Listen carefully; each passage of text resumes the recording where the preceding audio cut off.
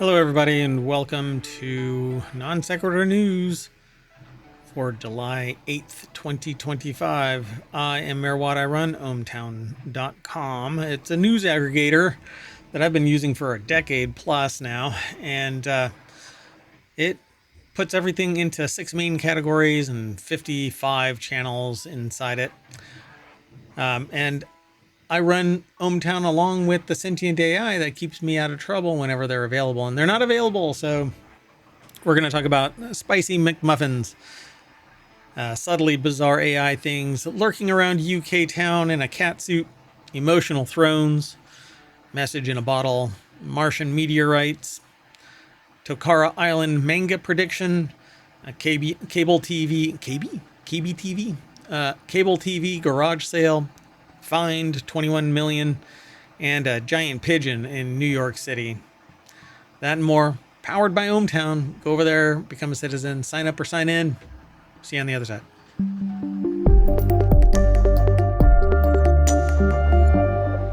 All right, everybody, let's get into this. This is what the ohmTown website looked like on July 8th. You can actually go all the way back to 2020, although I have a process that's removing all of the older news from before the 2022, January 1st, 2022 year.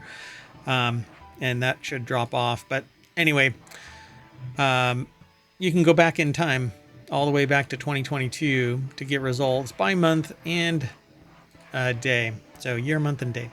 And then you hit show and the time machine will pull you all the way back.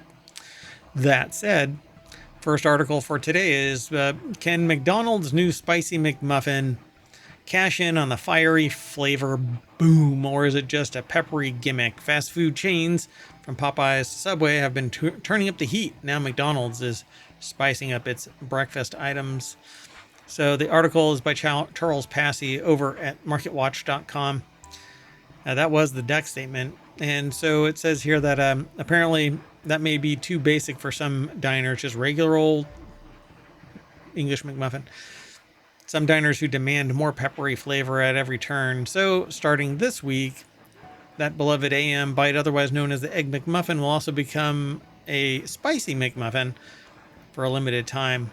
It's what the Golden Arches chain calls a fiery, delicious twist, all thanks to a slathering of pepper sauce. They say it's a gimmick. Paul Denamiel, owner and executive chef at La Rivage, a prominent New York City restaurant. Gimmick?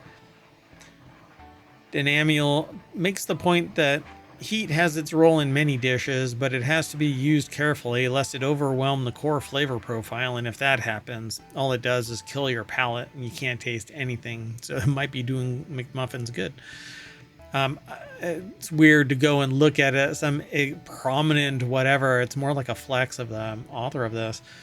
I know this person. I think it makes so much sense as veteran food writer Ali Walansky. She noted that the trend for fiery flavor especially took off when Popeyes unveiled its spicy chicken sandwich in 2019, which became so popular that there were brawls in line to get it. Walansky added that she likes to add a splash of hot sauce to her egg sandwiches for a bit of extra kick. Yeah, a lot of people do. It's not a gimmick. It's just a function for a hothead. You know, if you're interested in spice, what's the big deal? Gimmick. Anyway, another reason why McDonald's, or for any chain really, are embracing spice is it's often a low-cost, easy way to add flavor. That is, there's no great recipe tinkering or changes to the cooking or assembly process. You're basically just putting some spices on it. The boom in spicy fare at fast food restaurants reflects a larger trend that cuts across all dining categories as well as grocery shopping. One industry report projects global sales of hot sauces to grow from 3.3 billion to 5.98 billion in 8 years. Yeah. All right, let's keep going. Oh, if you want today's show notes, you can hit !NSN and you will get the articles that we're talking about today on July 8th, because it's a time machine episode. All right. Let's zoom in here. The next article is over in Non Sequitur News. AI does something bizarre. subtly bizarre if you make typos while talking to it. New research suggests that medical AI chatbots are woefully unreliable at understanding how people actually communicate their health problems, as detailed in a yet-to-be peer-reviewed study presented last month by MIT researchers. An AI chatbot is more likely to advise a patient not to seek medical care if their messages contain typos. I guess they're trying to get rid of all of the people that don't understand grammar and spelling. I don't know. The errors AI is susceptible to can be as seemingly inconsequential as an extra space between words, and if the patient used slang or colorful language, and strikingly, women are disproportionately affected by this, being wrongly told not to see a doctor at a higher rate than men. It says insidious bias can shift the tenor and content of AI advice. Frank Landemore over at futurism.com put this article together and tagged it with typo negative. Get it? Blood type O negative. Anyway, yeah, it can lead to subtle but important differences in how medical resources are distributed. Karendeep Singh of UC San Diego Health, who was not involved in the study, told New Scientist.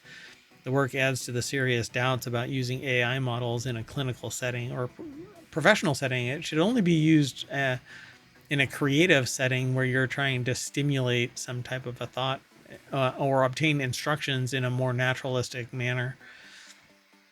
Humans tend to be poor at explaining what's bothering us medically.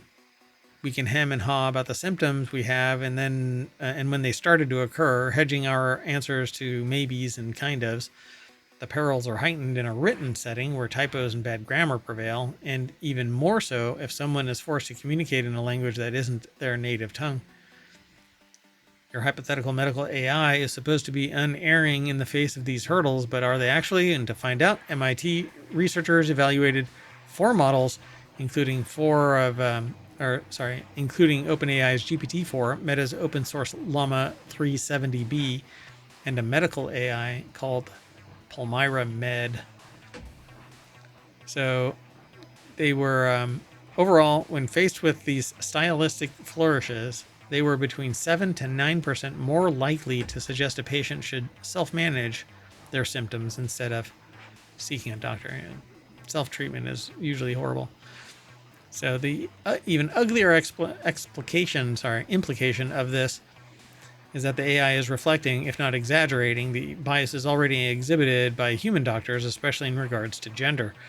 Why is it that female patients were told more often to self-manage than men? Could have anything to do with the fact that real-life doctors often downplayed women's medical complaints because they're seen as being too emotional or hysterical, which is this old-school term. Hysterical comes from the fact that this emotional response was found primarily in women, and a hysterectomy would solve the problem. Kind of, unless that is a myth that's just been perpetuated itself. All right, let's keep going. The next article is over in the Mobile Channel. Someone is lurking around a UK town in a full-body cat suit and meowing at strangers.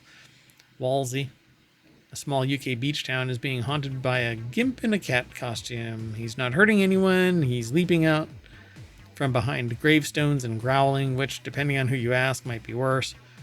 Residents say so-called Panther Man has been seen jumping out from behind trees, writhing on sidewalks, and growling at strangers in the dark. He's been spotted slinking under fences and sliding around near pubs, and he even meows loudly at strangers.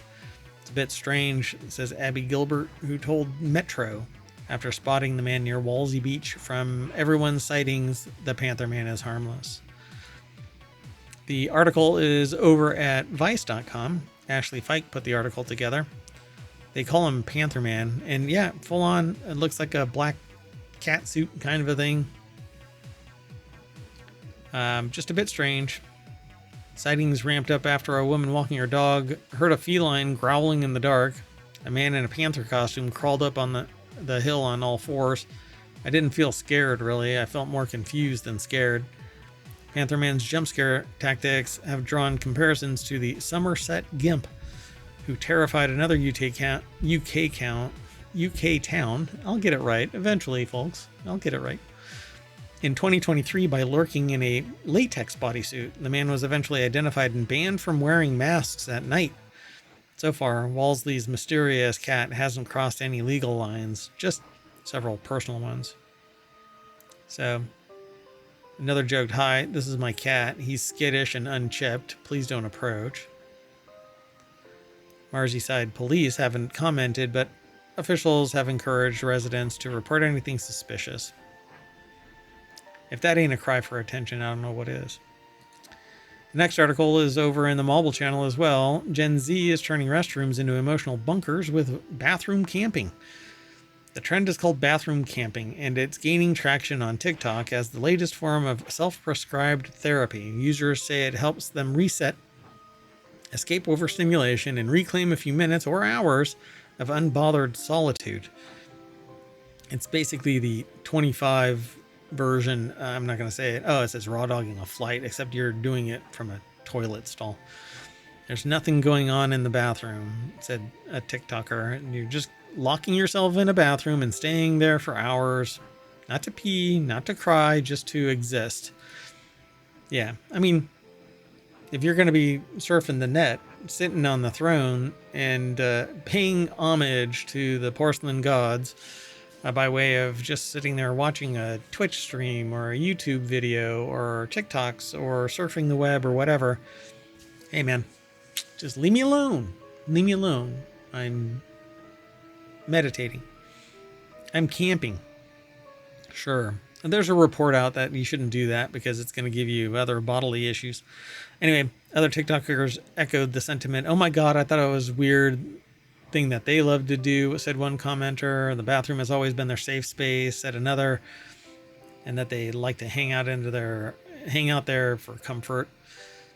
So still many argue that it isn't just about scrolling TikTok or vaping in the stall. For some, it's a response to trauma. One user shared that she used to camp out during her dad's drunken rages because her bedroom didn't have a lock. Another said she wrote out panic attacks in the bathroom overnight. Experts are starting to take note. Media psychologist Cynthia Vinny pointed out that behaviors like sitting in the shower or isolating in bathrooms can sometimes signal underlying depression or anxiety. No shit. If you need to talk about it, find somebody safe and talk about it. If you have to hire or consult a professional, then do it. But find somebody and talk about it. And there's groups that will help, that will talk. Nobody is alone. Nobody is entirely alone. Sometimes the context is different, but there's always somebody that you can talk to. Message in a bottle found in Kerry after 12 years at sea. A message that spent nearly 13 years traversing the Atlantic Ocean washed up in the shores of County Kerry. The article is over at rte.ie. Is that a glass bottle? I hope so. Looks like it. Anyway, it's over at rte.ie. Sean O'Brien, I think, put the article together. I hope I'm pronouncing it right. If I'm not, send an email to mayor@ohmtown.com, and there you go. So it implores whoever finds the bottle to please call us on the number provided. Auntie and Brad, day trip to Bell Island today. We enjoyed dinner, this bottle of wine, and each other at the edge of the island. Whoa. Okay, maybe I'm reading that a little wrong. And they provide a phone number. After 4,680 days, Brad and Anita received that call after the message was uncorked by another couple, Kate and John Gay, who discovered it in a coastal cleanup. They opened it along with their fellow creative Ireland Project Mahari's Heritage and Conservation Group members at a meeting held yesterday evening. We were holding our breath for a happy ending to this love story. Are they still a couple? Where are they now? So they got married in 2016, and they're still together. Martha Farrell of the Mahari's Conservation Association said, adding that the couple are now happily living together in Newfoundland. Tremendous story, they say. Yay! So the next article is over in the Mobile Channel. The largest Martian meteorite in the world is heading to auction and could sell for $4 million. Discovered in Niger in 2023, the rare chunk weighs 54 pounds and represents more than 6% of all Mars materials on Earth. I don't know why they know that it's Mars. Sarah Kuda over at Smithsonian Mag or Smithsonian Magazine put the article together, smithsonianmag.com.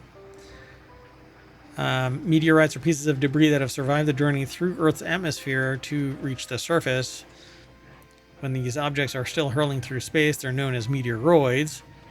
When they're traveling through Earth's atmosphere, they're called meteors. And when they hit the ground, they're meteorites.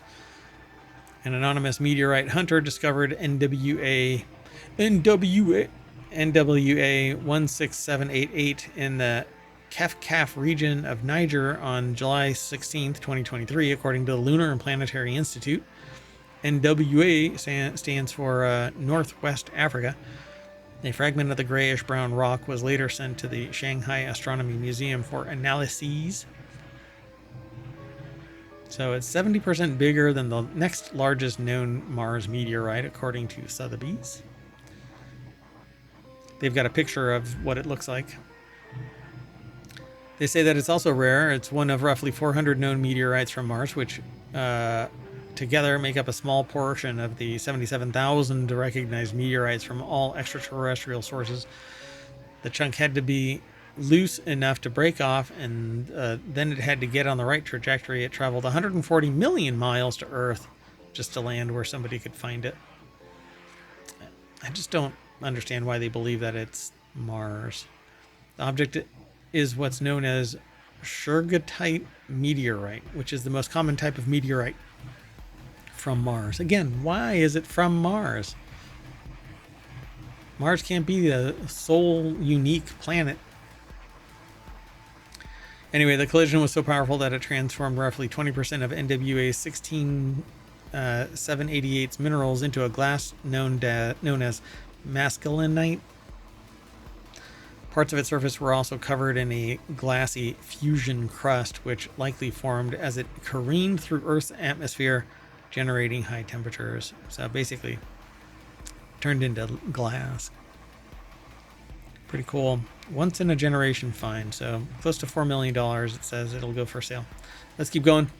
The next article is over in Mobile as well. Japan's Tokara Islands were hit by 900 earthquakes in 2 weeks. Did a manga predict it? Quake started in late June, centered offshore around Tokara Islands, a chain of remote islands where the nearest hospital is a 6-hour ferry ride away, while the strongest tremor has so far has been 5.5.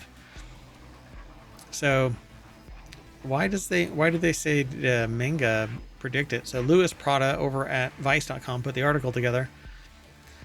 So as a resident speaking to local news outlet NBC said, it feels like it was always shaking. So there's also a prophetic apocalyptic element to this. In 2021 reissue of a 1999 manga called The Future I Saw, creator Ryo Tatsuki referenced a dream in which a megaquake hits in July 2025. People are giving the prediction credence because in the first edition of the manga, the author warned that a major natural disaster would strike in March 2011. That just so happened to be the exact month and year that Japan was hit with a massive earthquake, tsunami, and a nuclear disaster that killed thousands. Predictably, tourists are bailing. Airlines are canceling flights. Travel agencies are offering earthquake insurance, and Tatsuki herself is begging people to chill, reminding everyone she's not a prophet, just a manga artist with a vivid imagination. Indeed. At least until it comes true, and then I'm going to get on a plane. Pay homage to the prophet. The next article is over in Non Sequitur News. The great cable TV garage sale continues. Now Lifetime, A&E, and the History Channel are on the block. Comcast is getting rid of most of its cable TV channels, so Warner Brothers, Discovery, now Disney, Hearst, who co-own the A&E cable TV group, are looking to do the same. Cable TV networks are declining, but they still generate profits, for now. The trick is figuring out what to do with them. So do you watch shows on Lifetime, A&E, the History Channel? No? Okay, would you like to own the channels? That's the question Disney and Hearst are asking. Peter Kafka over at BusinessInsider.com put the article together. So what's going to happen? All of them are trying to dump their cable for the same reason. While cable TV networks are often still profitable businesses, they're aging and declining because their audiences are also aging and declining. So reps for Disney and A&E declined to comment. They haven't heard back from Hearst yet, and Variety first reported the news. Yeah, back in 2016, A&E thought one answer to cable's shrinking, aging audience problem would be Vice Media, and did a deal with the then buzzy digital media company to turn one of its channels into Vice-branded network. The theory, young viewers didn't watch TV but loved Vice, would somehow become cable TV owners and start watching Vice on TV. But no, they all want to, we want to watch it where we want to watch it, which is usually on a smaller screen. I don't care about watching it on the big screen unless I'm hanging out with a bunch of people and we all want to watch the same thing.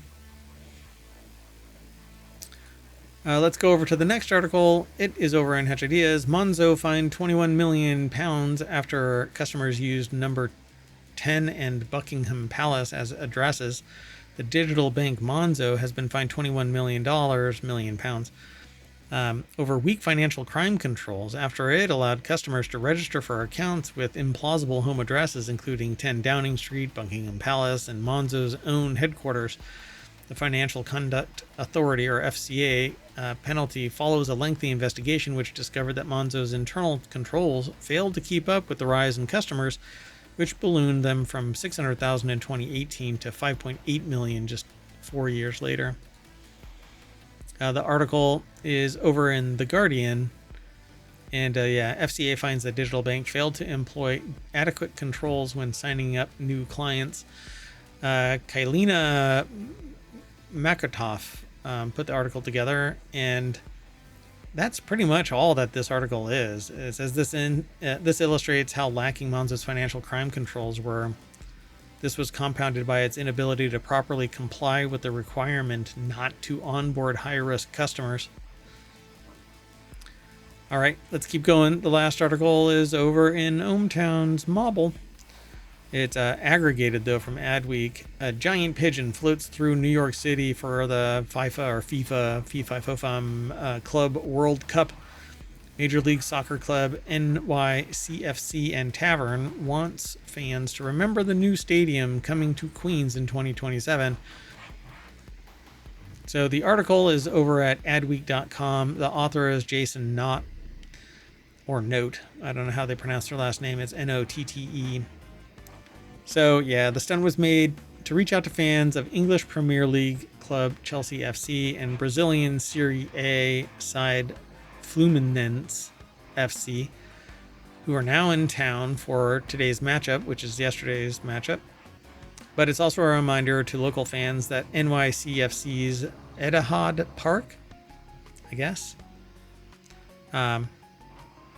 is still slated to open in Queens Willets Point in 2027. Dun, dun, dun. Interesting. So it's clear that New York is a priority market for us from a Manchester City point of view, but it happens to be the home of one of the very important clubs, the New York City Football Club. So it's kind of a big deal. So cool. There's a lot more to read over here at Adweek, but I am going to add ourselves to the front page at ohmTown.com and get out of here. You can go and check out the rest over at ohmTown.com. Sign up, sign in, get her done. We'll see you in a little bit. Bye-bye.